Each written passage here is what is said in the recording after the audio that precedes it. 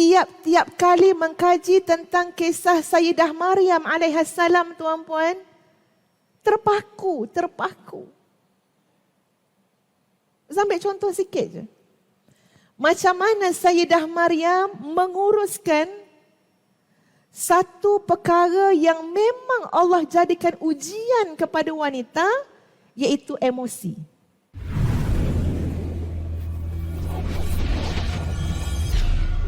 Assalamualaikum warahmatullahi wabarakatuh.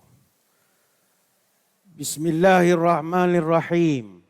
Alhamdulillahi hamdan kathiran tayyiban mubarakan fihi kama yanbaghi li jalali wajhika wa li azimi sultanik. Allahumma salli ala Sayyidina Muhammad abdika wa rasulika nabiyil ummi wa ala alihi wa sahbihi wa sallim. Nawaitu ta'alluma wa ta'lim wa tadhakkura wa tazkir wa naf'a wal intifa' wal ifadah wal istifadah wal hasa ala tamasuki bi kitabillah wa sunnati rasulih wa du'a ilal huda wa dalalah alal khair ibtigha'a wajhillah wa mardatihi wa qurbihi wa thawabihi lillahi ta'ala.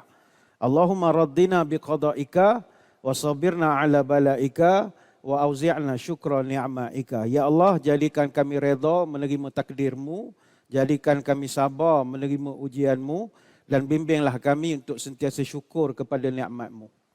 Terima kasih Al-Fadhil Ustaz Izan Al-Hafiz selaku pengacara majlis. Rakan bicara wara pada pagi ini Ustazah Datuk Dr. Nur Hafizah binti Musa dan juga Ustaz Dr. Azhar bin Yaakob yang menemani beliau. Seterusnya para pegawai sukarelawan Masjid Negeri Sultan Ahmad I, rakan-rakan dari Pusat Kutipan Zakat, Majlis Agama Islam dan Adat Resam Melayu Pahang. Seterusnya hadirin-hadirat, muslimin muslimat, tuan-tuan, puan-puan, puan-puan, puan-puan, puan-puan, puan-puan, puan-puan, puan-puan dan puan-puan. Moga-moga dirahmati Allah sekalian. Pertama, puan-puan semua kena bersyukur jadi wanita. Apa sebab? Kerana sekarang ni lelaki pun ramai nak jadi wanita. Kita panggil jentayu, jantan ayu, ramai. Kajian daripada Universiti Utara Malaysia, sekarang ni golongan ni 70 hingga 80% adalah Melayu. Ramai yang memang laki-laki nak jadi orang perempuan. Kami di Jabatan Agama dulu pernah buat program bersama dengan LGBT, lesbian, gay, bisexual dan transseksual ini. Kumpulkan mereka, buat program di Semuji. Lama lah dah, Semuji pun tak ada lah. Jadi kita buat program nak membalikkan dia kepada jantina yang asal. Ramai yang nak berubah tapi masyarakat masih belum dapat menerima. Yalah, dia pun nak pergi sembahyang Jumaat, dia segan. Dia tu lelaki-lelaki. Tapi nak pergi sembahyang Jumaat, dia rasa dia perempuan. Bila kita paksa pergi, dia pergi. Bawa telekong, la ilaha illallah. Awak tu bukan perempuan. Dia dah lama tak semayang. Jadi kita tak marah. Kita dakwah. Ibu-ibu, tuan-tuan sekalian, zaman dulu peranan wanita ini tidak besar. Wanita ini kalau dalam tradisional Melayu dulu, kerja dia 3 ya. Sumur, kasur, dapur. Tu ya kerja dia. Sumur maknanya tempat air, maknanya membasuh, mencuci, itu kerja orang perempuan. Kemudian dapur, memasak. Kemudian kasur ni katil. Maknanya kerja orang perempuan itu 3. Masak, melayan suami, melayan tidur suami. Kemudian lagi membasuh, tu je kerjanya. Dia ulang-ulang, sumur, kasur, dapur. Dapur, kasur, sumur. Sumur, kasur, dapur. Tak ada peranan lain. Kalau sebelum Islam datang, orang jahiliah dulu, dia malu dapat anak perempuan. Bagi dia satu benda yang aib kalau dapat anak perempuan. Kerana anak perempuan, kata mereka, harapan tak jauh.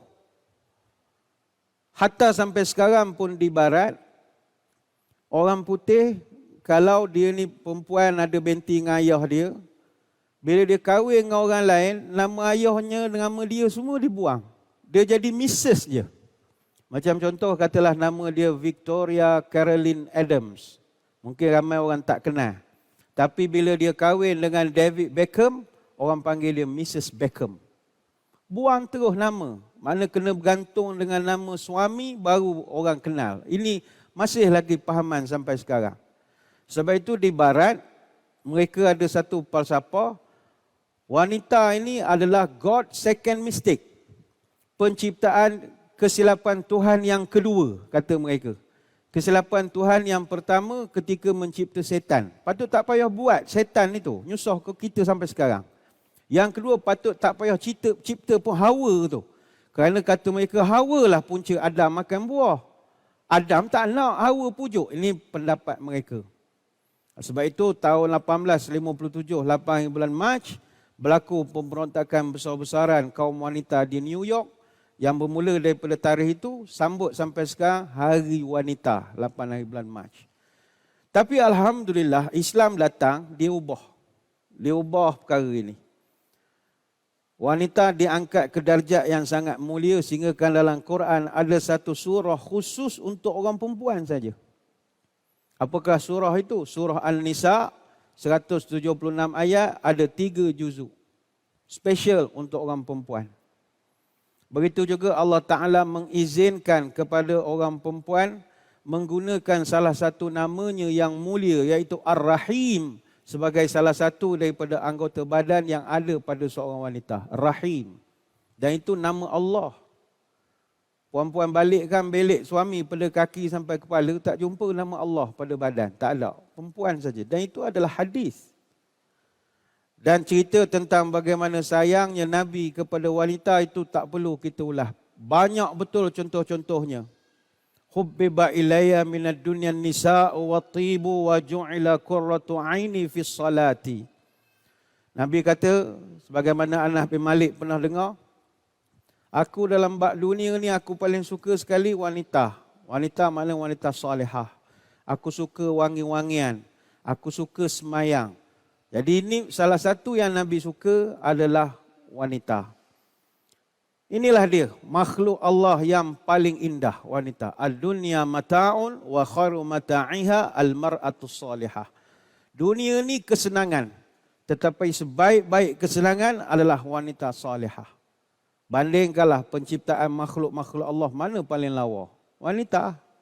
Sebab itu wanita ini, orang puja nama-nama dia. Diabadikan dalam lagu-lagu. Orang tak abadi nama orang lelaki dalam lagu dia, tak.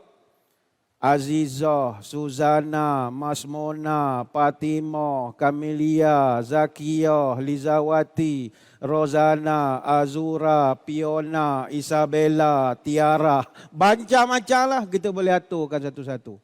Lagu tajuk Zainal Abidin tak ada. Abu Bakar tak ada. Tak ada, orang tak buat. Sebab dia adalah makhluk Allah terindah.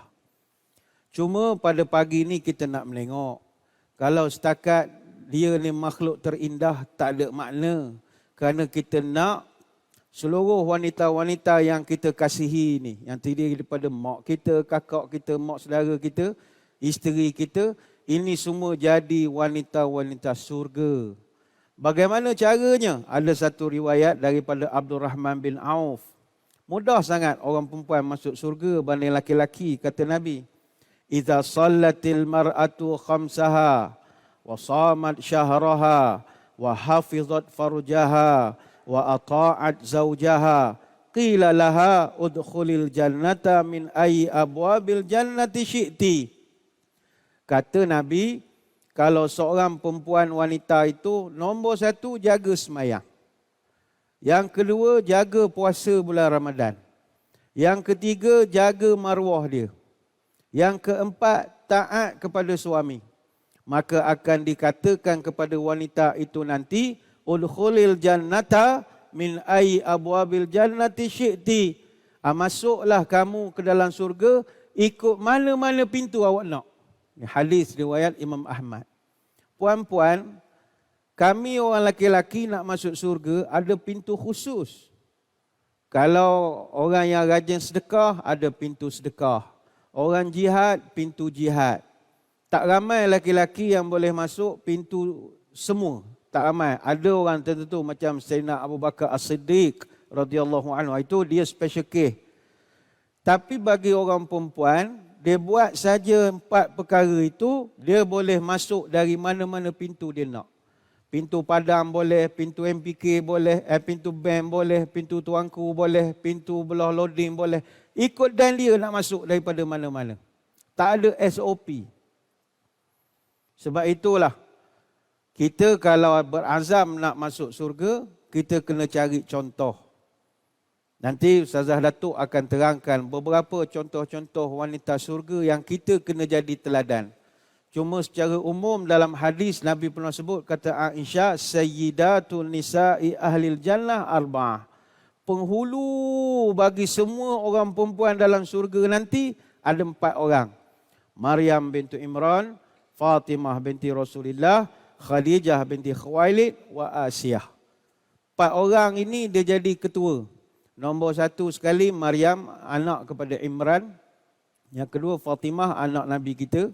Yang ketiga Khadijah, isteri Nabi. Dan keempat Asiyah, isteri kepada Firaun. Ini hadis riwayat Imam Ahmad. Tapi kadang ada orang timbulkan pertanyaan. Ustaz, kalau nak masuk surga nampak gayanya, molek orang perempuan tu duduk rumah je tak? Jaga suami, jaga apa. Habis koma kerja ni guna gaya. Yang kena pergi kerja, pejabat SUK, kerja di bank, kerja. Nak masuk surga boleh ke tidak sebab kita dah sibuk ke benda lain?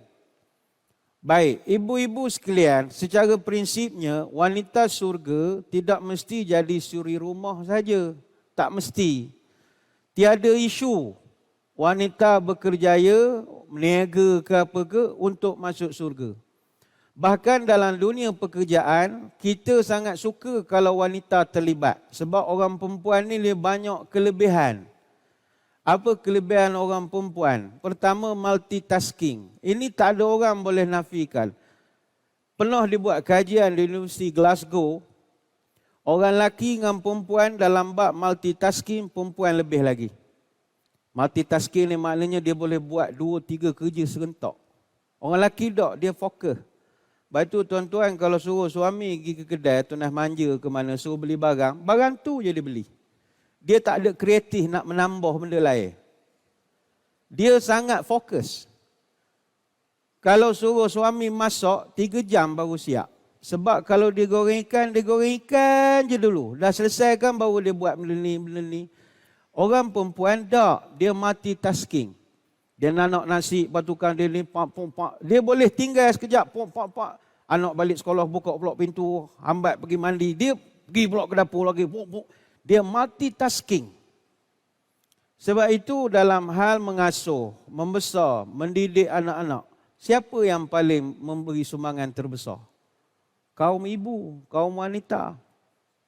Wanita itu orangnya cerdik, tahu menyemak, bijak menilik, tahu menyelesaikan perkara pelik, ilmu luas, budi pun baik, akal panjang, bicara pun molek, keluarga makmur, anak cucu terdidik. Orang pernah buat teka-teki antara ayah dengan mak, siapa yang paling sabar dalam mengasuh, mendidik dan membesarkan anak-anak. Orang selalu kata yang paling sabar mak. Jawapannya tak. Yang paling sabar ayah. Sabar dari segi apa? Katalah tengah malam anak menangis. Wah, anak kecil. Wah. Biasa hak bangun mak, dia kurang sabar. Bangun buat susu dululah, bagi burpkan dulu, tunggang terbalik barulah. Kau 3 tidur, esok nak kerja. Tapi ayah duduk sebelah, sabar. Sampai pagi sabar. Kebulu budak kalau minta susu dengan ayah. Ayah beli susu pandai, buat tak pandai. Berapa sukat sudu, dia tak tahu. Ialah bukan dunia dia. Yang kedua, orang perempuan, wanita ini, dia adalah orang yang paling banyak memberi nasihat, semangat. Dalam kurungan beleter. Tapi beleter itu jangan negatif kan.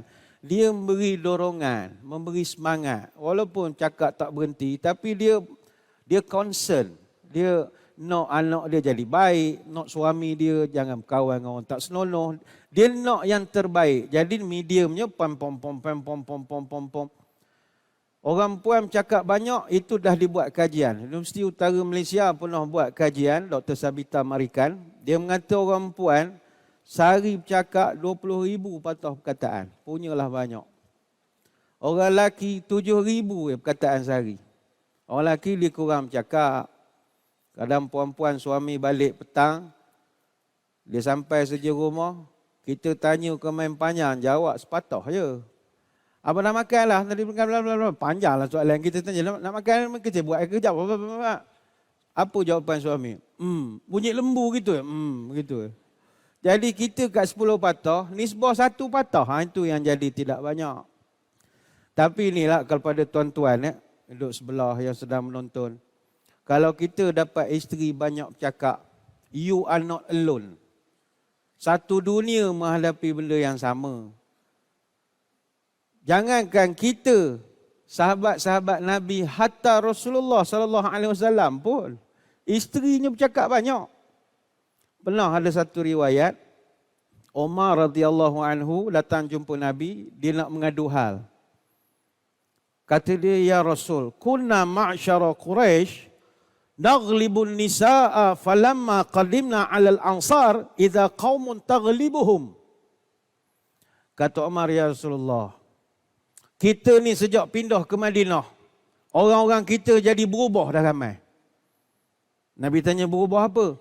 Kita orang Mekah, kita keturunan tak takut bini. Bini tak berani dengan kita. Tapi budak-budak kita ni sejak pindah ke Madinah, semua dah mengikut perangai orang Madinah. Takut bini semua. Bini cakap baru nak buat gini-gini. Bini tak bagi keluar, tak keluar. Mana boleh begitu? Fatafiqa nisa'una yakhuzna min adabi nisa'il ansar. Yang paling saya risau ya Rasul, isteri-isteri kita sekarang, sejak berkawan dengan orang-orang Madinah ni, dia pun dah jadi handal juga dah. Dulu takut dengan kita di rumah. Sekarang ni kan dia banyaklah atur program. Toh zaman itu adalah puspanita dia, badminton ke.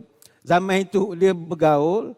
Agak dia ceritalah, takut apa ke suami. Menyebabkan isteri-isteri kita orang Mekah ni dah jadi handal dah sekarang ya Rasulullah. Pernah ya Rasul, kata Umar, fasihtu alam imraati faraja'tani fa'ankartu an turaji'uni. Isteri saya sendiri ya Rasul, saya cakap dengan dia, dia lawan. Bukan lawan, dia menjawab. Dulu tak bunyi. Bila saya cakap, dia menjawab. Sampai saya beritahu, awak ni belajar di mana ni? Orang cakap sepatah jawab, sepatah jawab. Jawab isteri saya, nak Umar, walima tunkiru an uraji'aka, fa wallahi inna azwajan nabi la yuraji'nahu wa inna ihdahunna la tahjuruhu al-yawma hatta lail. Isteri saya Umar jawab, apa saya tak boleh jawab awak punya soalan? Kenapa saya tak boleh jawab? Isteri-isteri Nabi pun jawablah cakap Nabi. Awak tak bagi saya jawab apa hal? Dan ada isteri Nabi yang tak cakap pun dengan Nabi sampai ke malam, merajuk punya pasal. Hadis riwayat Bukhari. Lantas Umar tanya, saya nak tanya kepada Tuhan. Dia tanya Nabi, betul ke itu yang berlaku? Nabi dia. Maknanya, aku pun kena juga. Masalah begitu. Bukan seorang lah, aku pun kena juga. Dan itu bukan benda besar. Sebab dia nak yang terbaik. Dia memberikan nasihat-nasihat itu, memberikan yang terbaik. Jadi kepada ibu-ibu, puan-puan yang berkerjaya, jangan risau. Walaupun banyak kita dengar syarahan, ceramah, bila tengok di hujung, kita ni banyak sibuk bekerja ni masuk surga tak? InsyaAllah masuk surga juga, tak ada masalah. Kita tekankan perkara ini sebab masjid kita ini, kebanyakan keliling kita ni orang bekerja. Yang datang-datang ni pun ada yang bekerja, teruskan bekerja. Dalam sejarah Islam itu sendiri, wanita yang bekerja begitu ramai sekali. Bahkan sebelum daripada kedatangan Islam, sudah muncul watak-watak wanita-wanita yang berkerjaya ramai. Siapa yang tidak kenal keagungan Queen of Sheba ataupun Malikat Bilqis, orang Melayu panggil Ratu Balqis, yang memerintah kerajaan Sabak, yang jelas menunjukkan keupayaan wanita dalam mengendalikan pentadbiran sebesar sebuah negara begitu. Dan cerita dia dirakamkan di dalam Quran, Suratul Namal, banyak cerita tentang dia. Dalam hal ehwal politik di zaman Nabi sendiri, wanita telah terpilih untuk memberi janji setia dan ketaatan pada Nabi melalui bai'ah. Kalau tak ada peranan wanita, Nabi takkan panggil kaum ibu untuk berjanji taat setia buat MOU, awak kena tolong saya, kena bantu saya. Artinya mereka dah terlibat di dalam pentadbiran politik. Daripada pelibatan yang pertama kita tengok, di luar daripada urusan keluarga, sampailah bawa kepada bai'ah, sampailah kepada satu bai'ah dia panggil bai'atun nisa. Start daripada perjanjian dalam keluarga saja. Dan peranan wanita juga jelas, zaman Nabi itu melalui pelibatan dua wanita, namanya Asma binti Amr daripada Bani Salamah dan Nusaibah binti Ka'ab daripada Bani Najjar. Ini dalam bai'ah Aqabah yang kedua, ada 73 orang yang tanda tangan persetujuan. Perempuan semua. Begitu juga keputusan berkaitan dengan kedudukan wanita dalam peperangan. Seperti yang dicatatkan dan disuarakan oleh Ummu Salamah dalam peperangan Hudaibiyah. Ada disebutkan peranan. Jadi kalau dalam pentadbiran, dalam politik pun ada apa masalahnya. Begitu juga pelibatan Zubaidah binti Ja'far, isteri kepada Khalifah Abbasiyah Harun Ar-Rashid. Dia duduk di Baghdad, tapi dia arahkan bina jalan daripada Kufah sampai ke Mekah sejauh 900 batu. Orang perempuan yang uruskan, dia panggil Darbu Zubaidah. Dia buat pula saluran air, Ain Zubaidah. Kalau kita pergi ke masyair, tempat buat haji, paip tu ada lagi. Bayangkan, luar biasa sekali perancangan orang perempuan. Cuma, ini kena ingat, walaupun orang perempuan, wanita berkerjaya tak ada masalah, tetapi tetap dalam ruang lingkup dipimpin oleh laki-laki. Dia tidak boleh memimpin secara umum, secara besar, bersendirian. Tetap laki-laki menguasai. Sebab itu, dalam etimologi Jawa, apa makna wanita? Wanita tu bahasa Jawa. Wanita. Dalam etimologi Jawa, wanita ni dari perkataan wani ditoto. Wani ditoto. Apa makna wani ditoto? Berani diatur. Mesti laki-laki mengaturkan dia. Bukanlah menafikan perempuan jadi ketua jabatan. Tidak. Ketua jabatan pun tak absolute power. Dia ada lagi kuasa atas dia. Tapi dia tidak boleh jadi yang paling tinggi sekali. Dia mesti diatur juga. Begitu juga kejayaan wanita dalam bisnes. Ini banyaklah. Sayyidatina Khadijah misalnya dan ramai lagi. Kejayaan wanita dalam dunia akademik dan juga keilmuan. Ini saya nak kongsikan. Puan-puan kena semangat belajar. Terima kasihlah yang datang kuliah duha ini. Ada satu tulisan Dr. Muhammad Akram Nadwi. Dia pensyarah di Oxford. Dia tulis buku Al-Muhaddithat, The Women Scholars in Islam. Dia buat kajian tentang ulama-ulama wanita dalam Islam. Terutama khusus dalam bidang hadis. Ini jarang orang cerita. Biasa kalau ulama, kita sebut Ibnu ni, Abu ni, Abu ni. Rupanya orang perempuan ramai jadi ulama. Zaman Nabi kata dia dalam catatan Ibnu Sa'ad dalam kitab Tabaqatnya, zaman Nabi 16.5% perawi hadis adalah wanita. Berapa orang? 1,200 orang. Zaman Nabi, perawi hadis. Antara yang paling kita termakan budi, hadis pasal wuduk. Wuduk tu daripada perempuan. Rubiyah Muawis bin Afrah. Dia yang ambil riwayat tentang wuduk. Tanpa dia, kita tak tahu cara-cara wuduk. Dan dia sendiri meriwayatkan 44 hadis. Antara perawi zaman Nabi dari kalangan wanita yang paling handal, Aisyah radhiyallahu anha. Aisyah salah seorang daripada 7 perawi hadis terbanyak.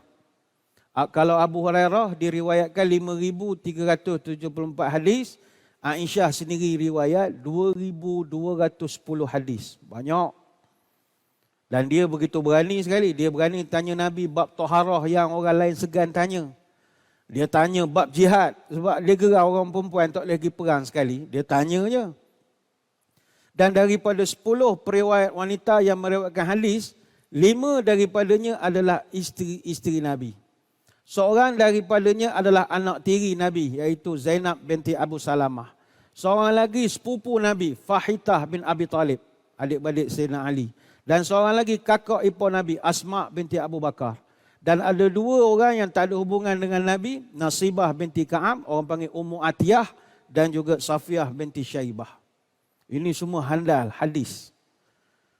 Dan zaman Nabi, kelas-kelas hadis khas untuk wanita begitu banyak diwujudkan. Supaya kita buat kuliah duha kita lah. Khas untuk muslimat.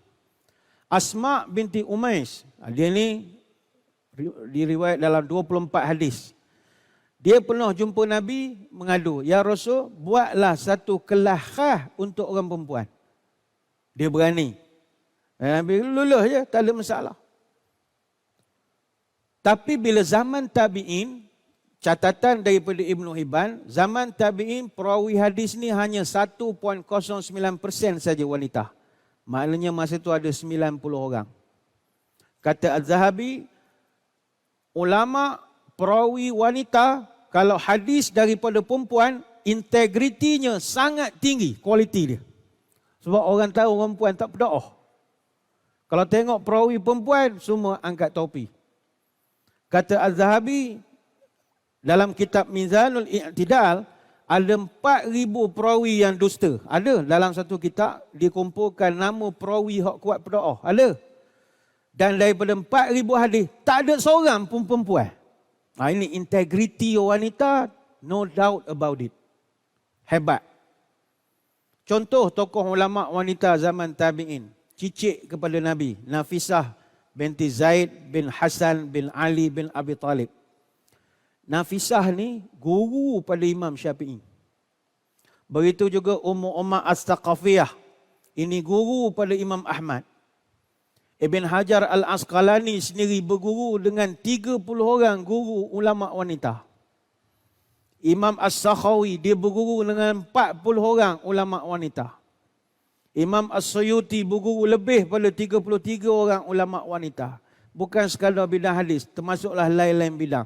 Sya'wanah, Fakhrun Nisa, Fatimah Naisaburi, Qurratu Ain. Ini semua ulama wanita dalam bidang tasawuf. Jadi ibu-ibu kena semangatlah. Kena semangat mengaji. Datang masjid kita buat program. Kalau dalam kita di Nusantara ini pun handal juga dalam bidang ilmu. Abad ke-17, Ratu Sinuhun. Dia ni Ratu Kerajaan Palembang. Isteri kepada Pangeran Sidok Nging Kenayan, dia buat satu kitab Simbur Cahaya. Kitab ni ada 5 bab, setiap bab ada 30 fasal. Perempuan nulis kitab. Sama macam enactment undang-undang kita sekarang. Abad ke-18 muncul Fatimah binti Abdul Wahab Bugis bin Syekh Arsyad Al-Banjari. Dia tulis kitab kuning, Kitab Parukunan Jamaluddin. Berpuluh tahun dia duduk di Mekah, mengaji di Mekah. Abad ke-19 muncul Siti Aisyah Wetan Riole. Dia ni Ratu Bugis Kesultanan Ternate di Sulawesi Selatan. Dia kumpul naskah agung Surik Galigo ataupun La Galigo. 20 tahun dia kumpul manuskrip. Puan-puan, tuan-tuan yang keturunan Bugis, kalau tak kenal La Galigo, berhentilah jadi Bugis. Bugis, La Galigo ni dia catatkan kebudayaan Bugis sebelum abad ke-14 lagi. Dia catatkan kisah tentang Sewera Gading. Ni panglima-panglima Bugis. Ada 6,000 halaman dan ada 300 baris teks Bugis kuno. Orang Bugis kena cari buku ini. Dan yang nyusun tu perempuan. Begitu juga Tengku Fakinah, panglima perang binti Datuk Mahmud. Orang besar istana zaman Sultan Alauddin Sulaiman Ali Iskandar Shah di Aceh.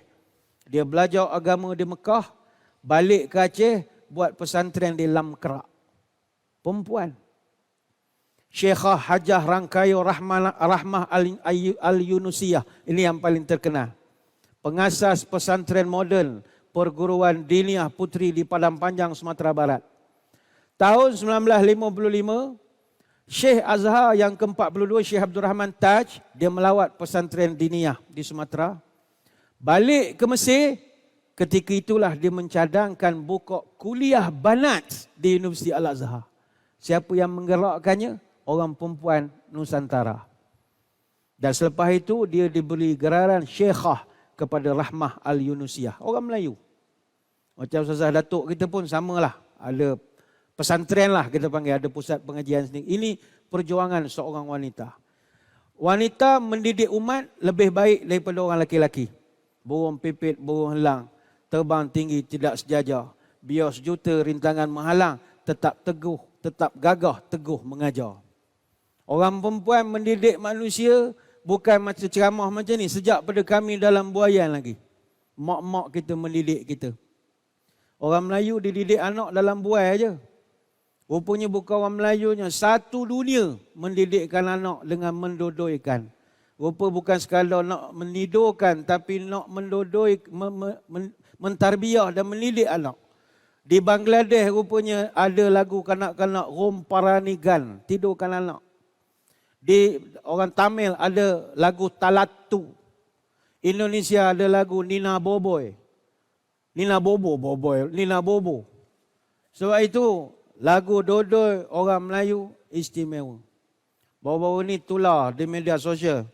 Alai kacang ketot, bilanglah satu-satu. Tidaklah adik, tidak. Takutlah burung. Lagu tu nampak je macam kelakar, tapi dia mendidik. Lagu Melayu mendidik sejak pada buai. Ni orang pernah buat kajian universiti. Dia mendidik. Buai laju-laju sampai pohon ara, apa dalam baju sekuntum bunga Cina. Buai tinggi-tinggi sampai cucuk atap, belum tumbuh gigi dah pandai baca kitab.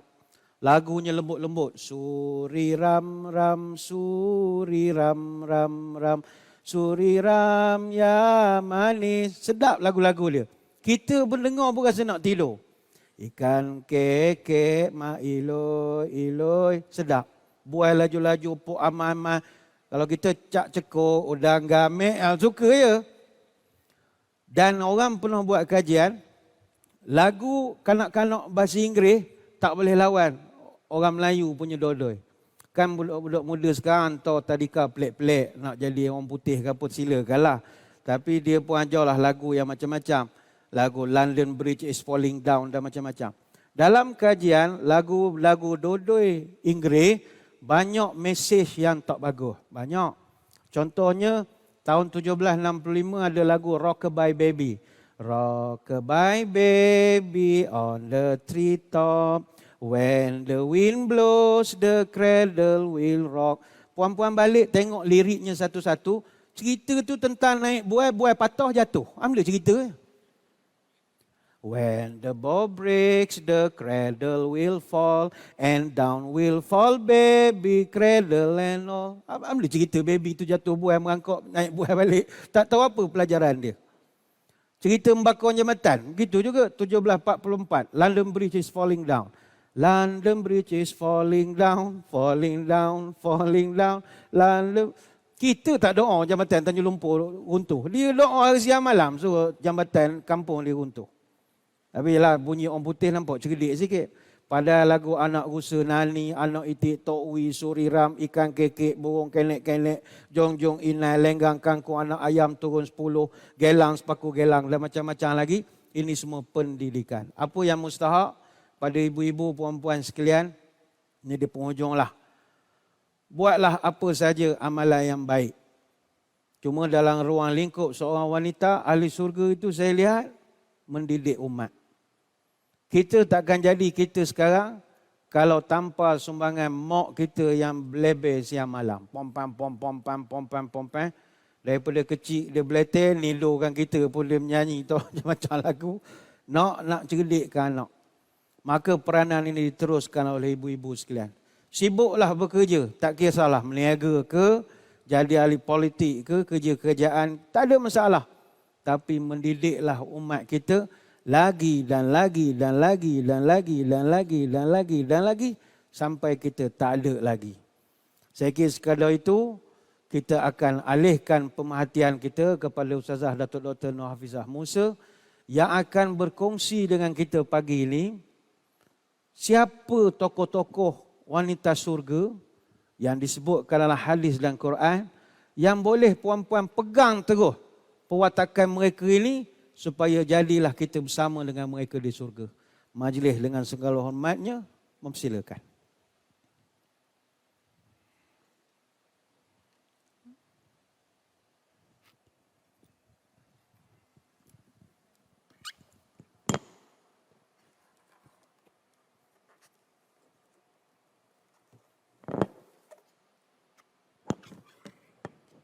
Testing. Ada dah Ustaz? Bismillah. Bismillahirrahmanirrahim. Assalamualaikum warahmatullahi wabarakatuh. Allahumma lakal hamdu hatta tarda wa lakal hamdu idza radita wa lakal hamdu ba'da ar-ridha. Wa usalli wa usallim ala nabiyyina wa habibina wa syafi'ina wa zukhrina Muhammad sallallahu alaihi wasallam wa ala alihi wa ashabihi ajma'in. Amma ba'd. Assalamualaikum warahmatullahi wabarakatuh. Terima kasih kepada pengerusi majlis yang Ustazah hormati, yang berbahagia Datuk Haji Dr. Badli Shah. Amin, amin. Jom amin semua Dr. Badli Shah ni. Bin Haji Alauddin, yang Ustazah hormati sekalian jawatan kuasa Masjid Negeri Kuantan, para asatizah, tuan-puan, ibu-ibu, angkat tangan ibu-ibu. Ayah-ayah angkat tangan. Macam mana ayah boleh sikit daripada ibu ya? Ini yang datang duda ke apa?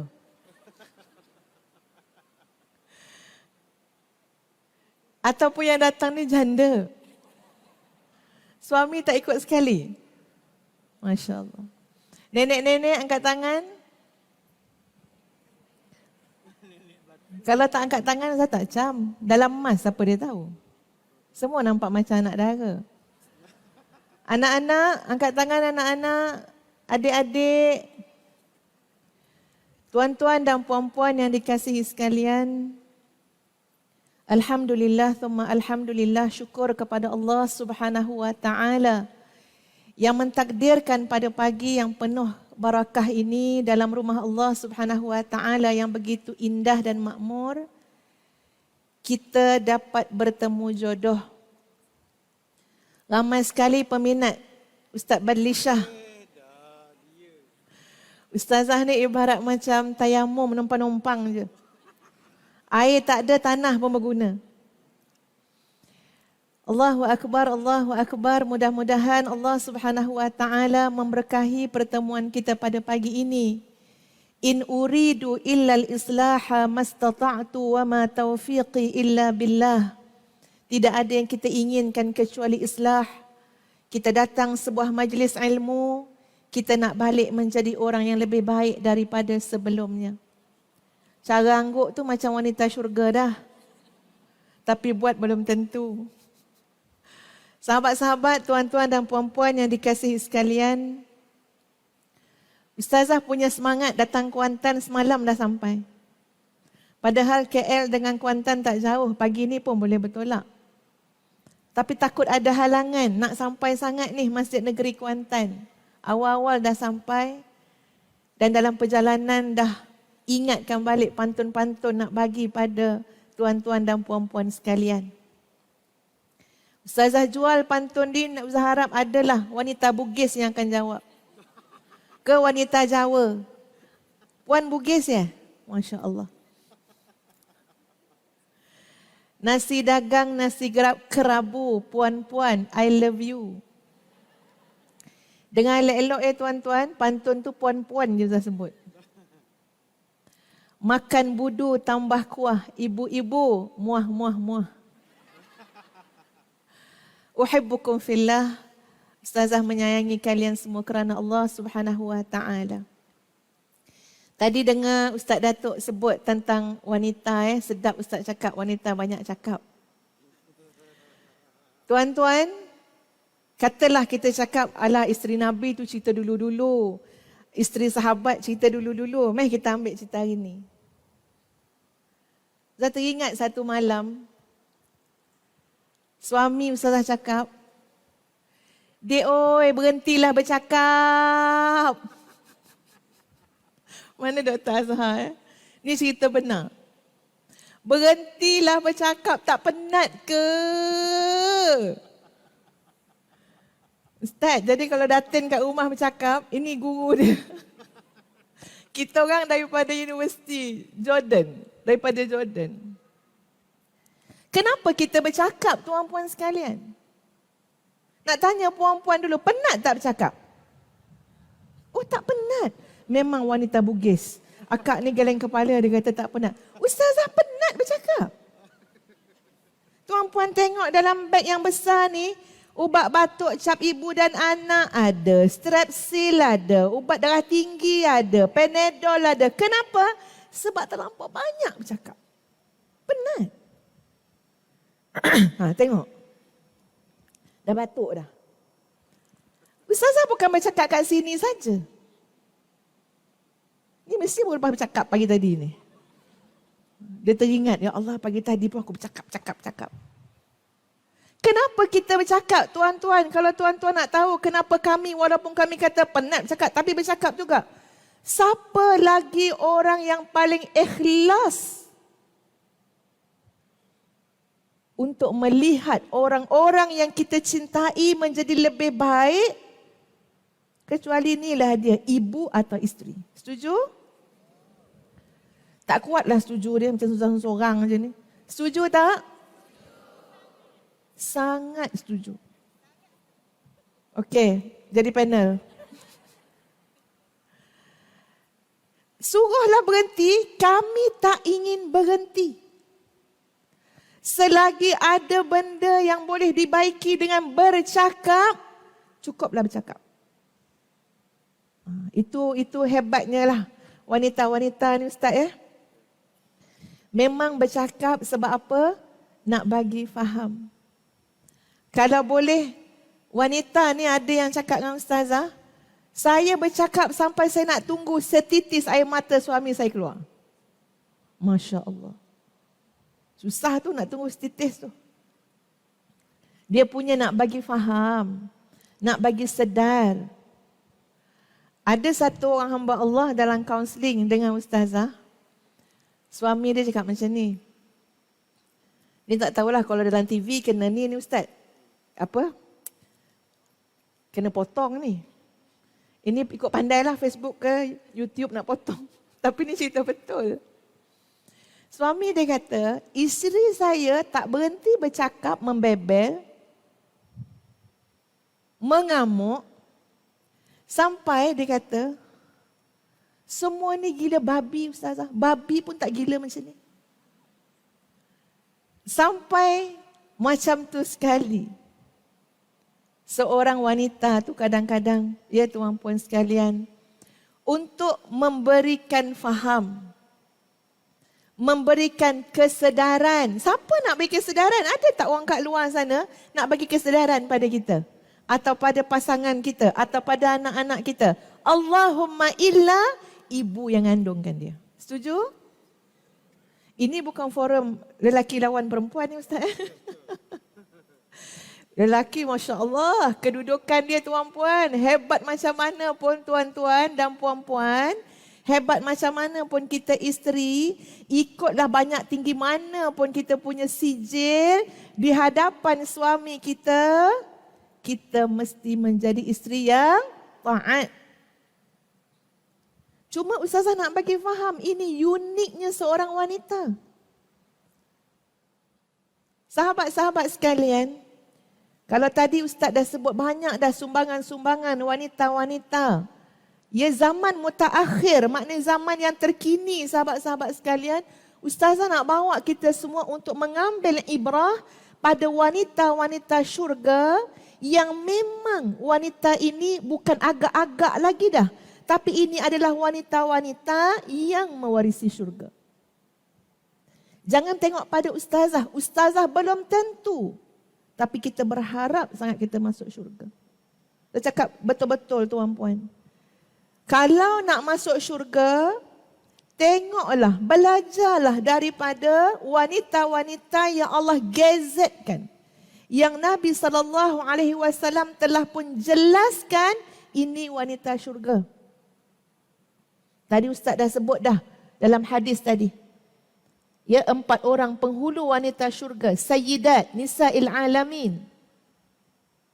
Bukan tak boleh ikut ustazah. Bukan tak boleh ikut orang-orang lain mutaakhir yang ada pada zaman sekarang.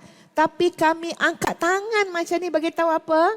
Kami pun tak tahu ke mana arah tuju nasib perjalanan kami. Kita sama-sama mujahadah. Kita sama-sama berjuang. Kita sama-sama belum tentu di mana penghabisan kita. Tapi Sayyidat Nisa'il Alamin tengok kehidupan mereka. Belajar daripada diri mereka. InsyaAllah jadi panduan untuk masuk syurga. Muslimat, tuan-puan dah hadam belum kisah Sayyidah Maryam? Hadam tak kisah Sayyidah Maryam alaihassalam? Ini soalan ni kena ada jawapan. Dah hadam ke belum? Saya nak tanya soalan. Bila kata nak tanya soalan tu jawab belum. Memang tak hadam sahabat-sahabat. Ustazah bukan nak kata ustazah kaji. Tak adalah kaji sangat. Yang banyak mengkaji sekarang ni Datuk Badli Shah. Semalam kami suami isteri sempat singgah rumah Datuk. Datuk penuh dengan kajian demi kajian. Sebab tu tadi saya kata insya-Allah Al-Fadhil Ustaz Datuk Doktor Haji Badli Shah secepat mungkin insya-Allah. Amin, amin. Ini mustajab ni Ustaz. Doa-doa ni. Mustajab. Dalam majlis ilmu lagi. Ustazah kaji sikit-sikit je. Tapi tiap-tiap kali mengkaji tentang kisah Sayyidah Maryam alaihassalam tuan-puan, terpaku. Sampai contoh sikit je. Macam mana Sayyidah Maryam menguruskan satu perkara yang memang Allah jadikan ujian kepada wanita, iaitu emosi. Setuju emosi? Perasaan perempuan sama tak dengan perasaan lelaki? Tak. Perasaan perempuan ni adalah hutan belantara yang siapa masuk akan sesat. Tak jumpa jalan keluar. Duduk luar je lah tengok perhati. Jangan cuba-cuba masuk, sesat. Terlalu unik. Terlalu, Masya Allah, tak tahu nak cakap. Itu wanita diuji dengan perasaan. Sebab tu, tetapi itu kekuatan bagi wanita juga untuk tahammul. Untuk apa dia? Menanggung. Tanggungjawab. Sebab perasaan kasih dia lebih. Perasaan keprihatinan dia lebih. Perasaan empati dia lebih. Jadi dia boleh saja untuk mengandung anak 9 bulan 10 hari. Setuju tak tuan-puan? Ada tak puan-puan yang lepas melahirkan masa dalam labor room tu kata macam ni? Cukuplah last dah ni. Ada tak? Yang cakap macam tu angkat tangan. Ustazah cakap juga. Ingat lagi dalam labor room, anak sulung tuan-puan sekalian sakit 13 jam. Tak nampak pencerahan anak tu akan keluar untuk ustazah yang sakit lah. Tak nampak. Sampai Ustaz kata dengan nurse dekat hospital, Kubang Krian, Kelantan, Ustaz kata apa? Kak, saya sakit nak mati, bukan sakit nak bersalin. Nurse tu kata, tak, adik nak bersalin ni dek. Memang supaya ni lah saling gak. Ustazah masa tu umur 21 tahun, anak sulung. Tak kak, saya ni lain. Saya sakit nak mati. Sebab apa saya kata macam tu? Sebelah ustazah, ni labor room ni kongsi 3 orang. Sebelah tu dah tukar 3 orang. Ustazah masih kat situ. Anak sulung. Orang kata jeran tak bersalin. Sampai tuan-puan, dia punya tahap jeran tu sampai saya kata apa? Lahir je anak tu, Kak Long yang sulung tu, lahir je saya kata apa? Hari ni ada 2 kelahiran. Terus berfalsafah. Hari ni ada 2 kelahiran. Apa dia? Yang pertama kelahiran anak sulungku. Dan yang kedua adalah kelahiran aku. Sakit tu amat sahabat-sahabat. Sampai Ustaz rasa Ustaz dah lahirkan semula. Sama bersih macam anak tu. Sampai Ustaz kata aku akan buat novel. Tajuknya Kelahiran Semula. Sampai hari ni novel tu tak ada. Masa kat labor room dia punya sakit. Ui, boleh jadi novelis. Dan Ustaz kata cukuplah anak seorang. Kalau anak dua habislah. Tapi Alhamdulillah Allah bagi anak 8. Tahun 2000 berapa beranak tahun 99, 2000, 2001, 2003, 2005, 2007. Itu setara nak buat novel. Kenapa ya sahabat-sahabat perempuan tu boleh macam tu? Sebab emosi dia. Emosi perempuan ni untuk pengetahuan tuan-tuan terlalu mudah padam. Mudah je. Dia merasuk sekejap, elok kemudian. Bukti dia apa dia? Ada tak perempuan yang masih ingat lagi kesakitan bersalin sampai sekarang? Ke tengah duduk ni, tengah sakit ni ustazah, bersalin 15 tahun dulu. Ada lagi tak? Tak ada. Cuma kita tahulah sakit. Rasa tak? Tak. Itu je lah emosi orang perempuan. Sayyidah Maryam alaihissalam dalam surah Maryam sahabat-sahabat sekalian, macam mana Sayyidah Maryam kita lihat Allah uji beliau dan bagaimana surah itu dan perjalanan kisah Sayyidah Maryam nak cerita dekat kita yang selalu diuji dengan emosi, bagaimana Sayyidah Maryam dididik oleh Allah Subhanahu wa taala, diberikan taufik dan hidayah oleh Allah Subhanahu wa taala untuk menguruskan emosi. Ambil contoh ya tuan-puan boleh rujuk surah Maryam. Apa di antaranya? Kita cuba tengok pada ayat 26 surah Maryam. A'udzu billahi minasyaitonir rajim. Fakuli washrabi wa qarri 'aina. Makanlah, minumlah, buatlah apa yang menyenangkan hati kamu. Ini orang perempuan, cara dia urus emosi dia. Tu akak tu dah perasan, patutlah akak kuat makan ustazah. Rupanya baik untuk emosi akak. Betul. Susah hati macam mana pun, tension macam mana pun, tengok Allah perintah apa pada Sayyidah Maryam alaihissalam. Cari satu perkara pertama yang boleh jaga kesihatan diri kamu. Satu. Tuan-puan, kalau ikut ujian yang kita lalui dalam hidup, semua boleh jadi tengkorak. Tak makan, tak minum. Tuan akak depan ni angguk-angguk. Tapi kalau timbang tu berat juga tu.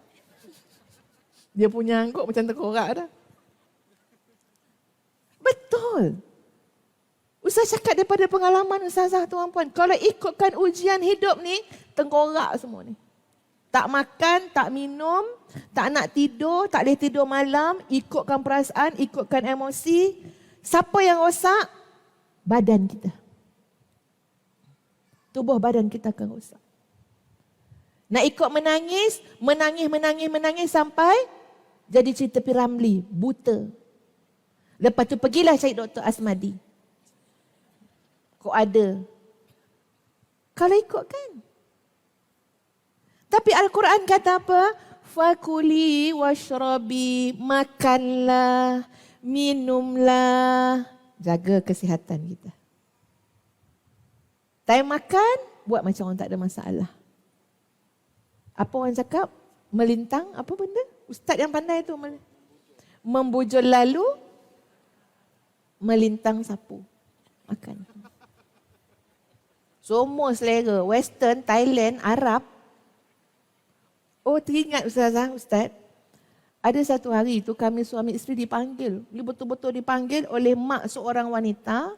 Dia kata tolong datang rumah dia lah. Sebab dia kata masalah berat, anak dia kena cerai. Zaman membaikkan keluarga tu. Jadi Ustaz pergilah dengan Ustaz. Pergi dengan Ustaz, tengoklah anak dia menangis, mak pun menangis, anak dia kena cerai. Suami dia, ni kalau cerita sikit lah. Suami dia kahwin dengan perempuan sebaya anak dia. Usia lebih kurang dalam 19 tahun, 18 tahun macam tu. Dan suami dia terus terang tidak mau berpoligami. Masya Allah, hebat juga suami ni Ustaz. Dia tak nak poligami, suami tak nak poligami. Jadi dia kena lepaskan yang nombor satu. Yang nombor satu ni menangis meraung. Tolonglah, jangan lepas saya ni. Tak, dia tak mau poligami. Tapi sekarang sudah ada yang baru ni. Dia tak nak aniaya, dia nak lepaskan. Dan dia salurkan kredit kad ratus-ratus ribu boleh pakai. Hamba Allah tu tunjuk kredit kad tu kat ustazah dengan suami. Dia menangis-menangis sambil menghidangkan kami kerupuk lekor. Yang herannya tuan-puan, saya nampak suami saya duduk jeling. Sambil dia menangis, dialah yang makan kerupuk lekor tu. Sampai nak habis. Kita orang belum start. Ini tak tipu tuan-puan. Ya, suami saya ada. Kita orang puas tahan dia ni setara mana sedih ni. Kerupuk lekor sepinggan dia dah nak habis kan. Kita orang tak start. Sambil nangis, makan. Sedap pula kerupuk lekor. Ini betul. Masalah, ujian, kerupuk lekor, makan. Memang sedap. Jangan biar perut kosong. Dan nak habis baru dia cakap, dia kata. Dia pun pergi ambil yang baru kat dapur. Dahsyat perempuan ni menanggung ujian ya. Perempuan ni memang dia ada kekuatan stres, menanggung stres luar biasa. Minta maaf ya tuan-tuan, tuan-tuan boleh menanggung amanah, tuan-tuan boleh menanggung tanggungjawab. Tapi tuan-tuan kalau menanggung stres ataupun menanggung benda yang rumit-rumit ni, serabut. Isteri tuan-tuan boleh. Tengok ya, orang Jawa, orang Bugis semua angguk-angguk depan ni. Betul. Nampak tak sahabat-sahabat sekalian macam mana Al-Quran dalam kisah Sayyidah Maryam tunjukkan ini wanita syurga tuan-puan. Allah berikan taufik dan hidayah. Kita nak belajar. Apa dia? Wa kuli washrabi wa qarri aina. Dan buatlah benda yang menyenangkan hati kamu. Buat. Suka masak? Masak. Suka menjahit? Menjahit. Apa lagi? Cuba sebut sikit puan-puan suka apa?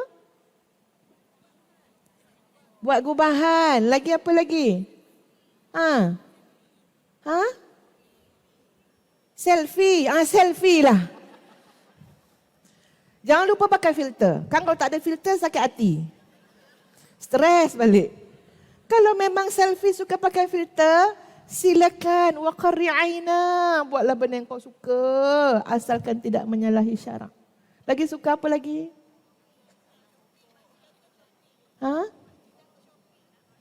Shopping. Makcik pula tu yang cakap. Kalau suka shopping, pergilah shopping kalau ada duit. Jangan berhutang. Window je ustazah. Window lah.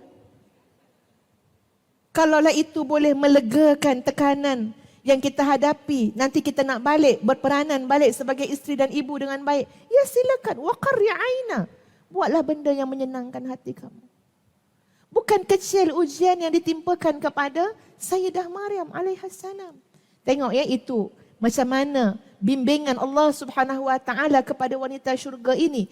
Sambungan ayat itu, fa imma tarayinna minal bashari ahadan faquli inni nazartu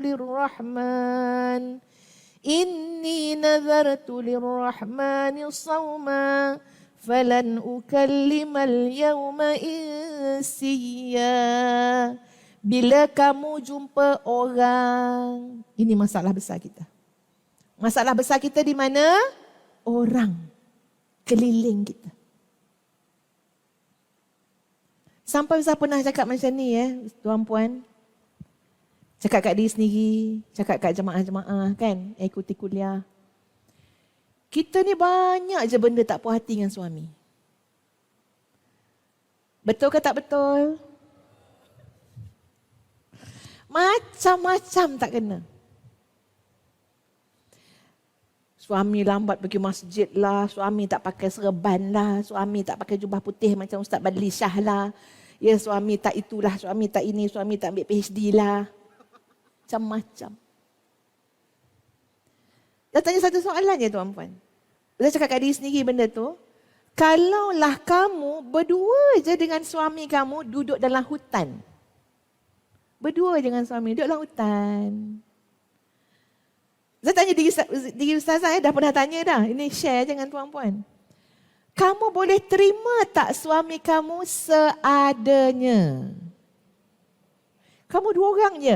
Cik Timah sebelah tak ada. Cik Leha tak ada. Haji Yaakob tak ada. Ya, Cik Dolah tak ada. Kamu berdua je. Keluar rumah jumpa beruk. Ya, sambut dek monyet. Agak-agak ada tak perasaan nak suruh, bang, pakailah serban bang. Bang. Ada tak agak-agak? Kita berdua je. Nampak? Kita tertekan dengan apa sebenarnya, wahai para muslimah, tuan-tuan? Pandangan orang. Keikhlasan kita untuk menerima suami kita sebenarnya besar. Cuma kita nak ubahlah lebih baik. Seperti mana suami kita pun nak ubah kita jadi lebih baik juga. Tapi yang jadi stres, yang maha dahsyat tu kenapa? Orang. Suami dia AJK masjid tapi tak pernah dapat saf pertama makmum kat masjid tu. Itu dia sangka orang cakap macam tu kat dia. So, tiap-tiap kali orang azan, stres dia akan memuncak. Orang patut orang azan, setan lari. Kita tiap-tiap kali orang azan, jadi macam tu. Sebab orang keliling. Ada tak panduan dalam Quran yang kita boleh ambil iktibar? Apabila kamu jumpa orang ramai, maka katakanlah, apa dia? Inni nazartu lirrahmani sawma. Apa makna di sebalik tu tuan-puan? Yang Sayyidah Maryam tu, Allah kata, sebutlah aku bernazar untuk Tuhanku untuk berpuasa. Lirrahman, puasaku kerana Allah. Maknanya apa? Kamu boleh jadi jumpa jutaan orang keliling kamu, ribuan orang keliling kamu. Kamu berjaya di mana? Hati kamu hadapkan kepada Allah Subhanahu wa ta'ala. Puasa kerana Allah, sedekah kerana Allah, taat suami kerana Allah, buat baik kerana Allah. Lirrahman. Ujian kamu berat, tapi lirrahman kamu akan ditolong. Ini Sayyidah Maryam. Lepas tu Allah suruh apa? Falan ukallimal yawma insiya. Dan demi sesungguhnya aku tidak akan bercakap dengan manusia walaupun sepatah perkataan. Apa di sebalik tu tuan-puan? Uruskan lidah kita, itu dah jalan selamat. Tak payah cakap. Serabut cakap. Walaupun tadi Ustaz cakap, kita orang perempuan ni kuat bercakap. Tapi ada masanya sahabat-sahabat sekalian, kita beristighfar kepada Allah Subhanahu wa ta'ala. Kita tengok damage, kerosakan yang berlaku akibat kita banyak bercakap. Kita kena berhenti sejenak untuk berfikir. Mungkin aku kena ambil ibrah daripada kisah Sayyidah Maryam. Falan ukallimal yawma insiya. Tak nak cakap, senyap. Mungkin nanti suami kita merayu, so kita bercakap. Cakaplah Leha. Sepatah pun jadilah Leha. Tunggu sampai merayu. Nah, dah hari tu kata kita orang cakap 20,000 patah perkataan. Sekarang kita cuba tak cakap walau satu patah. Ribut pula rumah tu. Masya Allah tuan-puan sekalian, ini kisah wanita syurga Sayyidah Maryam. Ustaz kata bila tengokkan, ya Allah, terpaku. Kenapa? Kita patut cuba buat. Cuba buat. Makin banyak kita bercakap, sahabat-sahabat sekalian, ada masanya makin kronik keadaan tu, makin payah. Makin payah. Dah lah, aku dah cakap banyak dah. Senyaplah. Sesulit-sulit ujian yang dilalui oleh Sayyidah Maryam, ini penyelesaian dia. Jangan cakap. Oh, subhanallah tuan-puan. Apa yang Sayyidah Maryam hadapi? Apa yang mereka kata pada Sayyidah Maryam? Macam-macam. Ya, ada yang sebut apa dia? Kamu ni, mak bapak kamu bukannya orang yang jahat. Kamu ni macam mana ni boleh mengandung anak yang tak ada bapa. Semua ayat-ayat yang disebut oleh orang-orang keliling itu pasti boleh mencetuskan pada diri seorang wanita untuk menjawab macam perlu hidup. Betul atau tidak? Tapi Allah mendidik Sayyidah Maryam, ingat, puasa kerana Allah dan tidak payah bercakap walau sepatah pun. Allah akan menolong kamu. Siapa yang akan bercakap? Tu pula soalannya. Habis tu ustazah, kalau saya tak bercakap, siapa yang akan bercakap? Suami saya takkan faham. Anak saya takkan faham. Orang keliling takkan faham. Nak jawapan?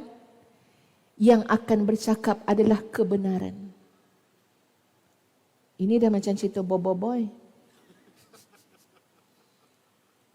Yang akan bercakap adalah kebenaran, tuan-puan sekalian. Hari yang seorang wanita berhenti bercakap, cukup.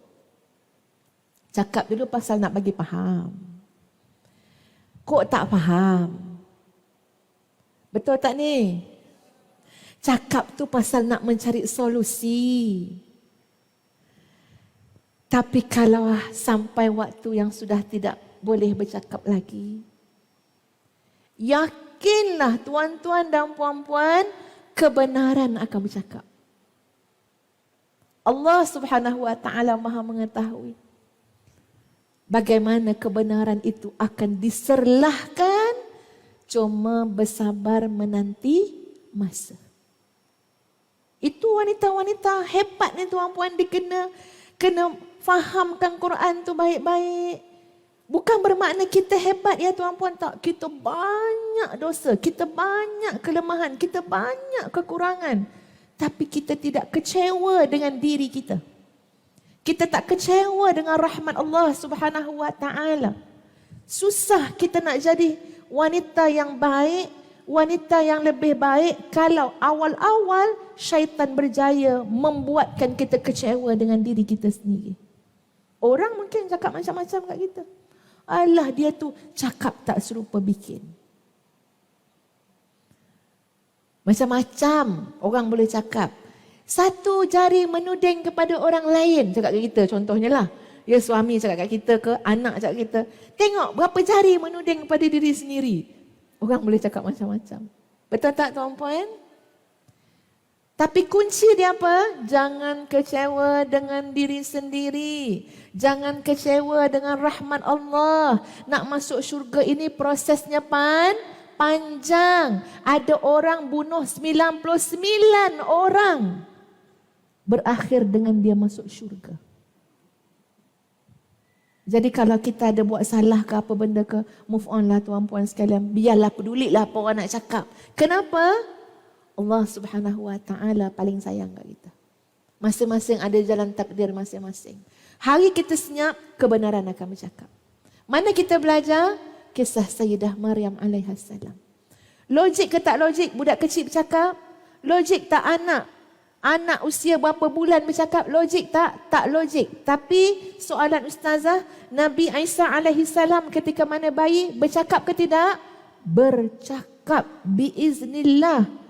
Idza aradallahu syai'an ay yaqula lahu kun fayakun. Ini ciri wanita syurga. Apa dia? Yakin. Kita tu nak yakin bukan duduk kat dapur. Duduk kat dapur sambil-sambil masak goreng-goreng sayur. Ya? Yakin, beratip yakin. Tak yakin. Nak yakin macam mana? Belajar. Nak yakin macam mana? Tengok balik dalam Quran apa dia.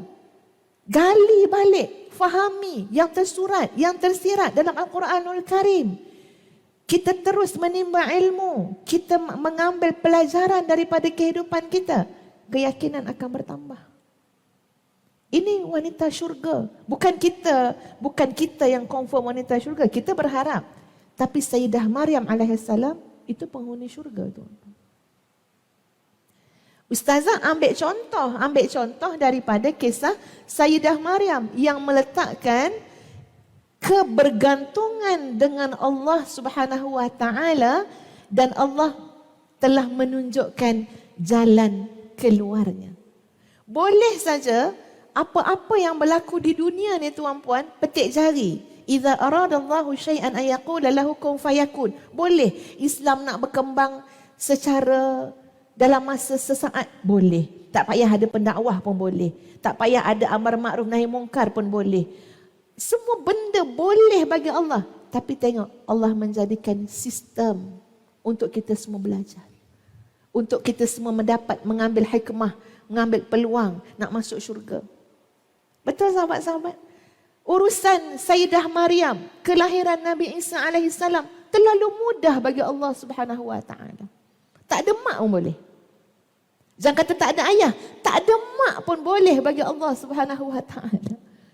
Nabi Adam, mana ada mak? Betul tak? Boleh tak bagi Allah? Boleh.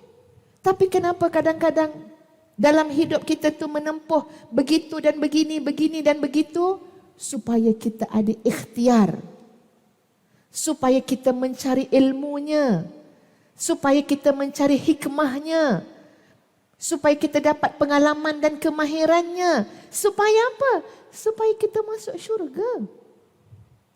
Nak masuk syurga bukan lenggang kangkung. Nak masuk syurga bawalah tiket. Nak tengok cerita Mak Kilau tak ada tiket, tak boleh. Duduk saja depan panggung. Tak boleh. Ini kan nak masuk syurga. Nampak sahabat-sahabat semua? Jadi di antara hikmah lain yang kita lihat pada wanita-wanita syurga ini adalah kebergantungan mereka dengan Allah Subhanahu wa taala. Bergantunglah. Sayyidah Aisyah radhiyallahu anha, suami beliau adalah suami yang terbaik, insan yang paling dicintai oleh Allah Subhanahu wa taala. Tak dapat nak kata ayat apa lagi dah. Sebab apa? Suami beliau adalah Rasulullah sallallahu alaihi wasallam. Tapi lihat bagaimana Allah tarbiyah wanita syurga ini. Dengan peristiwa hadis ifki, fitnah yang besar kepada Sayyidah Aisyah radhiyallahu anha. Wanita yang suci, tuan-puan sekalian, tak mungkin berdua-duaan buat benda tak baik dengan Safwan Mu'attal. Tak mungkin. Itu sahabat yang sangat terhormat, sahabat yang mulia. Sayyidah Aisyah radhiyallahu anha sangat berharap kalau si suami, iaitu baginda Nabi SAW, boleh menyucikan diri beliau. Boleh backup, boleh defend. Betul tak? Itu perasaan seorang isteri. Kalau suami itu boleh cakap, aku kenal isteriku. Isteriku sama sekali tidak akan pernah melakukan yang demikian kerana aku amat kenal isteriku. Suka tak suami cakap macam tu? Suka. Oi, kalau adalah isteri yang suami dia backup sampai tahap tu. Isteri saya bukan macam tu. Orang beritahu, ya tuan, isteri tuan yang mengumpat tu. Tak. Dia tidak pernah mengumpat. Suka tak? Padahal memang betul kita ketua yang mengumpat WhatsApp baru buat. Tapi suami punya backup isteri, Masya Allah. Tak, saya kenal. Dia di rumah tak sepatah pun bercakap. Masakan dia mengumpat. Kalau itulah kita semua tuan-puan mengidam tau suami macam tu. Betul tak? Kita kan kalau tengok suami defend kita, ya Allah. Terus, bang nak order apa bang? Nasi kerabu Maggi. Punya mengidam suami macam tu. Sayyidah Aisyah radhiyallahu anha tengok pada Nabi SAW, berharap Nabi SAW akan cakap sesuatu tentang dirinya. Tetapi Nabi mengatakan biar Allah yang memutuskan. Masya Allah. Terus Sayyidah Aisyah radhiyallahu anha apa dia? Izinkan aku balik ke rumah ibuku. Tengok. Dia kalau isteri ni dah minta balik rumah mak tu, fahamlah maksud dia. Dia dah tak rasa betul-betul bergantung, dilindungi di rumah suaminya. Betul tak puan-puan? Ke memang hari-hari minta suami hantar balik rumah, balik kampung? Itu memang teruk ya. Sikit-sikit, hantar saya balik rumah mak saya. Hantar saya balik rumah mak saya. Ini Sayyidah Aisyah ya, bukan kita tuan-tuan. Sayyidah Aisyah radhiyallahu anha. Takkanlah tak seronok duduk dengan Nabi, sebilik dengan Nabi. Ya Allah. Kalau kita fikir-fikirlah, ya Allah, tak nak sesaat pun meninggalkan Nabi SAW. Tapi beratnya ujian Sayyidah Aisyah radhiyallahu anha. Dan Nabi tak bela langsung ketika itu. Sebaliknya beritahu, nanti Allah putuskan. Sayyidah Aisyah kata, bagi aku balik, hantar aku balik rumah mak aku. Menangis. Tak perlu disaksikan oleh suaminya. Berharap dan bergantung kepada Allah Subhanahu wa taala yang Maha mengetahui segala-galanya. Masya Allah, didikan, tarbiyah. Kalau tahap suami macam tu pun Allah tak bagi kita bergantung kepada dia. Suami kita kat rumah macam mana? Jawablah sendiri. Jangan pula jawab, itu yang saya hari-hari minta hantar balik rumah mak tu Ustazah. Tak boleh bergantung. Jawab sendiri. Maknanya apa? Jangan bergantung hati dengan suami. Jangan bergantung hidup dengan makhluk. Kehebatan wanita-wanita syurga itu adalah mereka bergantung hati, bergantung hidup, bergantung mati dengan Allah Subhanahu wa taala. Ustazah cakap ni dengan beristighfar kepada Allah Subhanahu wa taala. Sebab dalam proses hidup kita semua, kita diuji oleh Allah Subhanahu wa taala untuk melihat kebergantungan hati kita. Kita mungkin tak berjaya tuan-puan sekalian, tapi kita tidak putus asa. Dalam proses hidup ini, kita terus cuba dan mencuba untuk meletakkan pergantungan hati kita hanya kepada Allah Subhanahu wa taala. Ambillah doa Sayyidah Fatimah radhiyallahu anha. Allahumma ya awwalal awwalin wa ya akhiral akhirin wa ya dzal quwwatil matin wa ya rahimal masakin wa ya arhamar rahimin irhamni bi rahmatik. Doa Sayyidah Fatimah. Apa maksud dia? Allahumma ya awwalal awwalin.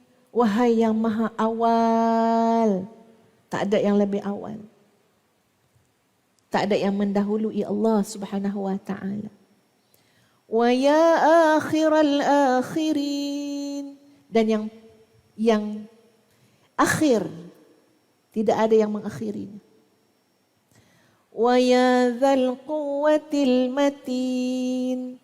Wahai yang maha memiliki kekuatan yang teguh. Wa ya rahimal masakin. Wahai yang maha mengasihi si miskin ini. Kita jangan fikir miskin harta saja.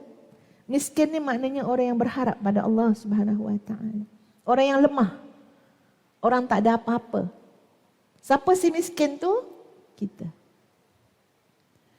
Wa ya arhamar rahimin. Wahai yang maha merahmati, mengasihani, mengasihi. Daripada semua yang mengasihi. Irhamni bi rahmatik. Kasihilah aku dengan rahmatmu ya Allah. Itu kunci dia. Tuan-puan, kunci, tolong pegang betul-betul, cakap kat diri sendiri. Kunci nak hidup ni rahmat Allah. Tak usahlah perasaan kita hebat.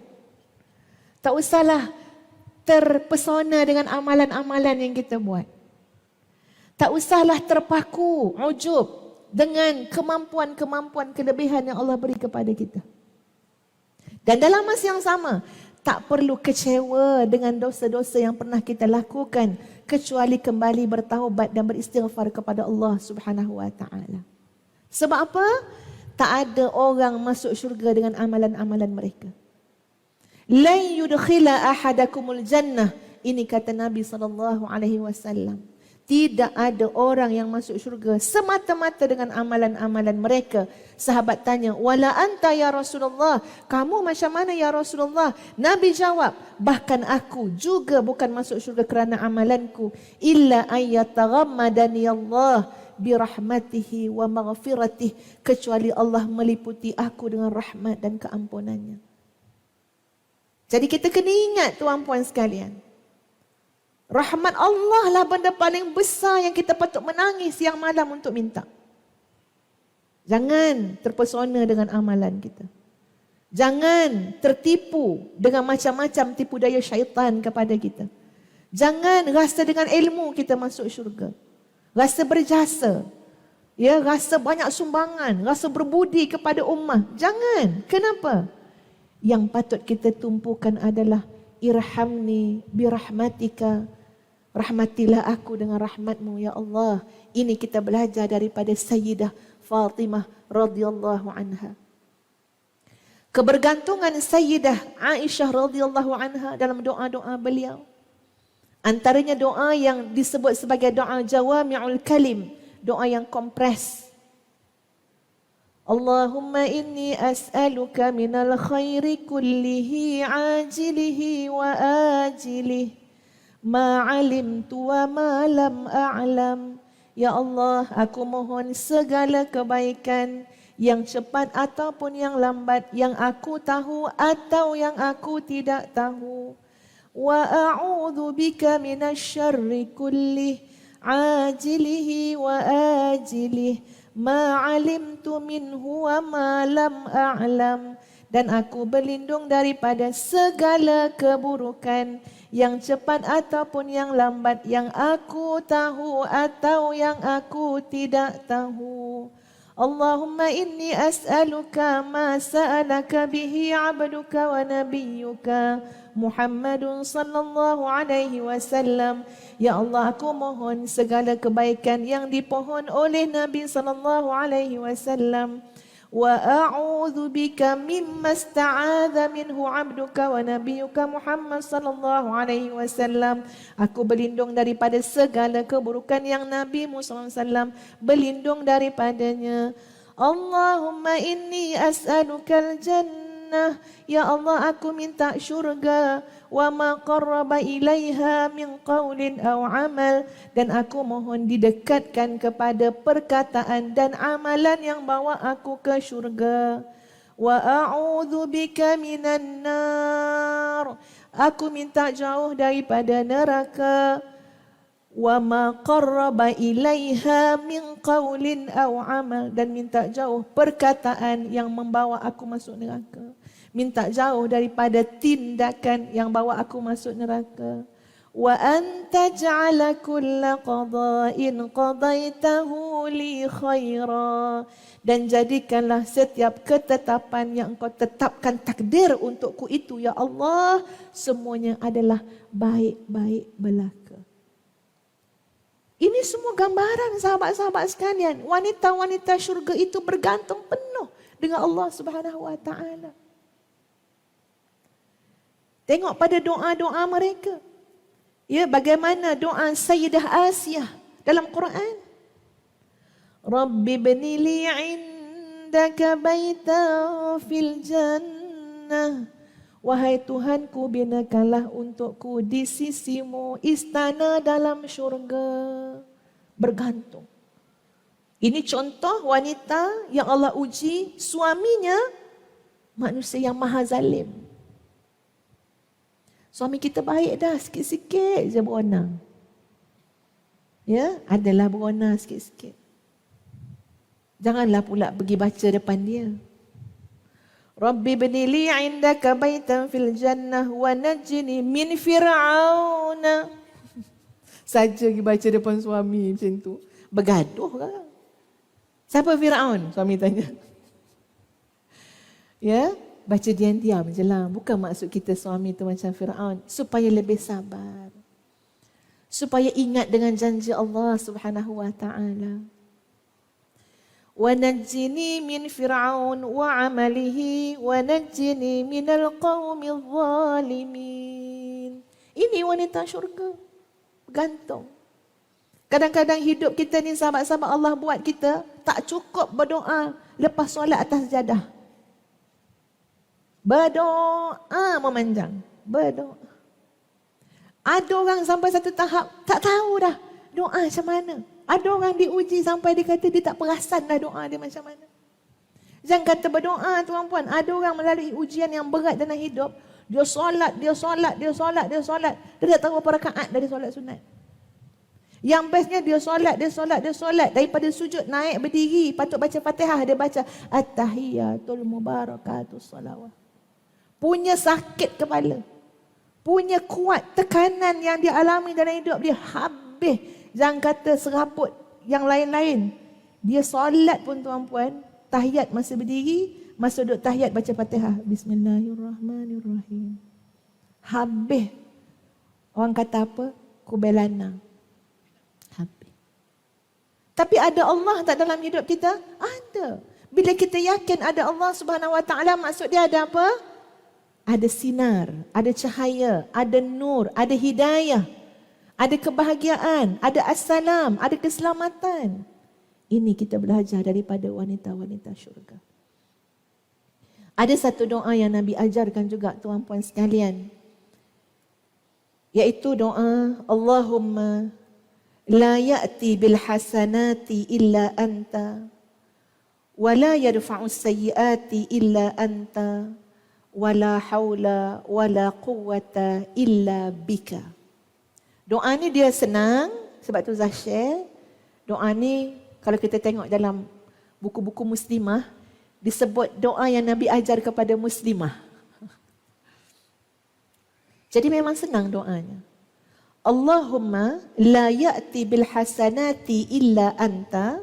Ya Allah, tidak ada yang mendatangkan kebaikan kecuali Engkau. Wa la yadfa'u sayyiati illa anta. Tidak ada yang mengelakkan daripada sebarang keburukan kecuali Engkau. Wala haula wala quwwata illa bika. Tidak ada kekuatan, tidak ada kemampuan kecuali dengan kamu. Doa ni semakin kita baca ulang jadi zikir doa seperti ini, ia membina kekuatan kebergantungan kita dengan Allah Subhanahu wa ta'ala. Sebagai akhirnya sahabat-sahabat sekalian, kita ambil satu lagi ciri yang ada pada wanita syurga, iaitu peranan mereka dalam kelangsungan dakwah risalah tauhid. Peranan mereka dalam kelangsungan dakwah risalah tauhid. Sangat jelas benda ni. Kita boleh jadi baik seorang-seorang kat rumah. Ya, dan kita kata dah serabut dia nak jumpa orang ni banyak hal. Lebih baik mak jaga iman mak seorang-seorang kat mihrab mak. Boleh duduk kat mihrab seorang-seorang. Tapi kalau kita belajar daripada kisah wanita-wanita syurga, mereka adalah wanita-wanita yang menanggung kesulitan penyebaran dakwah tauhid, risalah tauhid. Sama ada secara langsung ataupun tidak langsung. Lihat ibu Nabi Musa alaihi salam. Bukan sikit ujian yang beliau hadapi. Kelangsungan kepada dakwah risalah tauhid yang dibawa oleh Nabi Musa alaihi salam. Ada seorang ibu yang begitu yakin dengan Allah Subhanahu wa ta'ala. Ibu yang digegarkan emosi keibuan dia. Dahsyat ya, boleh tengok surah Al-Qasas. Belajar daripada surah Al-Qasas. Banyak benda-benda emosi yang Allah sebut dalam ayat tu. La takhafi wa la tahzani. Jangan takut, jangan risau, jangan sedih. Orang perempuan kalau takut, ya Allah. Setakut-takut-takutnya. Orang perempuan kalau takut. Takut dekat, dia takut dengan binatang pun tengok dia meloncat setara mana. Ya. Atas wheelchair boleh berlari lagi. Kalau diuji dengan takut tu ya. Jangan main-main. Orang perempuan, emosi takut dia. Sedih orang perempuan macam mana? Sedih rela menangis tu orang perempuan. Bukan 7 hari 7 malam, 7 tahun pun rela. Anak kata, mak cukup lama. Mata mak dah tak sama dah bulatan dia tu. Ya, mak dah menangis 2 tahun, mak. Biar. Biar sampai mati mak menangis. Ha, tengok, orang perempuan punya sedih. Dilalui oleh ibu Nabi Musa. Kamu jangan takut, kamu jangan sedih. Apa solusi dia? Kamu kena yakin dengan Allah. Inna radduhu ilaiki wa ja'iluka minal mursalin. Inna radduhu ilaiki wa ja'iluhu minal mursalin. Kami akan kembalikan anak kamu kepada kamu, bahkan mengangkatnya menjadi rasul. Macam mana agaknya ya? Ibu Nabi Musa yakin. Sampai okeylah, masukkan dalam peti tu, pergilah. Masya Allah tuan-puan sekalian. Mereka menanggung ujian. Kenapa? Hujungnya ke mana? Ini meneguhkan risalah tauhid di atas muka bumi ini. Tuan-puan kena ambil peranan. Ada anak, didik anak, biar anak boleh berjuang agama Allah. Ada cucu, kalau tak sempat anak, cucu tuan-puan. Wan ni betul-betul ni ataupun opah ni, ya mungkin tak sempat dulu anak-anak opah. Opah nak jadikan cucu ni, opah nak didik betul-betul, nak sama-sama bantu anak kita, didik anak kita tu apa dia? Biar jadi orang yang boleh buat kerja untuk agama Allah Subhanahu wa taala. Macam Ibu Anas bin Malik wakafkan anaknya untuk bantu agama Allah, bantu Rasulullah sallallahu alaihi wasallam sampai Nabi dengar tapak kaki Ibu Anas bin Malik dalam syurga. Kena pasang niat macam tu. Daripada asyik selfie, main TikTok, lompat-lompat, nari-nari. Kata nak wanita syurga. Kena pandang ke depan. Pandang ke depan apa dia? Aku ni nak boleh cucu ni. Cucu ni insya-Allah ni aku nak jadikan dia pejuang Islam. Doakan ustazah tuan-puan insya-Allah bulan 2 khabarnya nak dapat cucu. Mudah-mudahan dapat cucu yang soleh, solehah insya-Allah. Sahabat-sahabat sekalian, kelangsungan dakwah tauhid itu mesti ada. Jadi kita buat sesuatu. Suami kita, ya, kita bagi galakan, bagi semangat. Jangan susahkan dia, bagi semangat. Apa dia? Bang, pergi bang. Pergi dakwah Islam. Buatlah apa-apa kerja yang boleh buat pun untuk apa? Untuk agama Allah. Suruh masuk macam-macam NGO ada sekarang. Jadi sukarelawan, pergi misi Afghanistan, misi Bosnia, misi Palestin. Last kali suruh berjihad dekat Gaza sana. Cakap je tu kan. Tuan-puan sekalian. Untuk kita mengambil pengajaran daripada wanita-wanita syurga ini. Ustazah mohon berbanyak-banyak ampun dan maaf. Salah silap berkata-kata. Semoga Allah mengampunkan Ustazah dan mengampunkan kita semua. In uridu illal islaha mastata'tu wa ma taufiqi illa billah. Terima kasih kepada Ustaz Datuk Badli Shah. Orang kuat Masjid Negeri, ya, kepada semua. Aqulu qawli hadza astaghfirullahal azim li wa lakum. Assalamualaikum warahmatullahi wabarakatuh. Waalaikumsalam warahmatullahi wabarakatuh. Muslimin muslimat yang dirahmati Allah sekalian. Mudah-mudahan apa yang kita bahaskan pada pagi ini dapatlah menyuntik semangat untuk kita lebih giatkan lagi keimanan dan juga ibadah kita kepada Allah Ta'ala.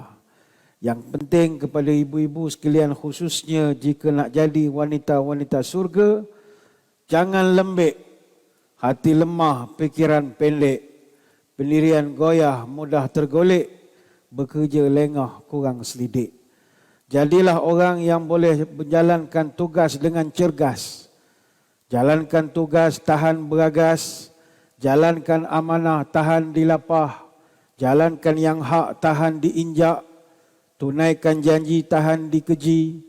membela rakyat tahan dikerat, membela bangsa tahan binasa, membela negeri tahan mati, tahan berhujan mau berpanas, tahan bersusah berpenat lelah, tahan berlenjen tak kering kain, tahan berteruk sepepak teluk, tahan bersesundung sepepak tanjung, tahan berbagan sepepak hutan, tahan bertumang berbedak arang, tahan berkain selai sepinggang, tahan hidup berkalang leher, tahan mati berkalang tanah, tahan berhaus mahu berlapar, tahan merapah semak berluka, rela beralah dalam menang, rela berpenat menegakkan adat, rela terkebat membela umat, rela binasa membela bangsa.